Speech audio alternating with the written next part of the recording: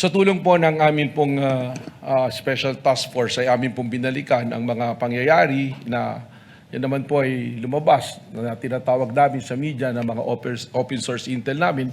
At doon po nakita namin yung isang event nung mayor pa po ang ating Vice President Sara Duterte na meron pong isang sheriff na gustong gawin ang kanyang tungkulin na atas po ng legal na atas ng korte na magpatupad po ng demolition order. Subalit hindi po ito nagustuhan ng noon ay mayor at kay Vice Presidente, kung saan ay tinawag po niya yung sheriff at pinagsusuntok po sa mukha itong sheriff na ito.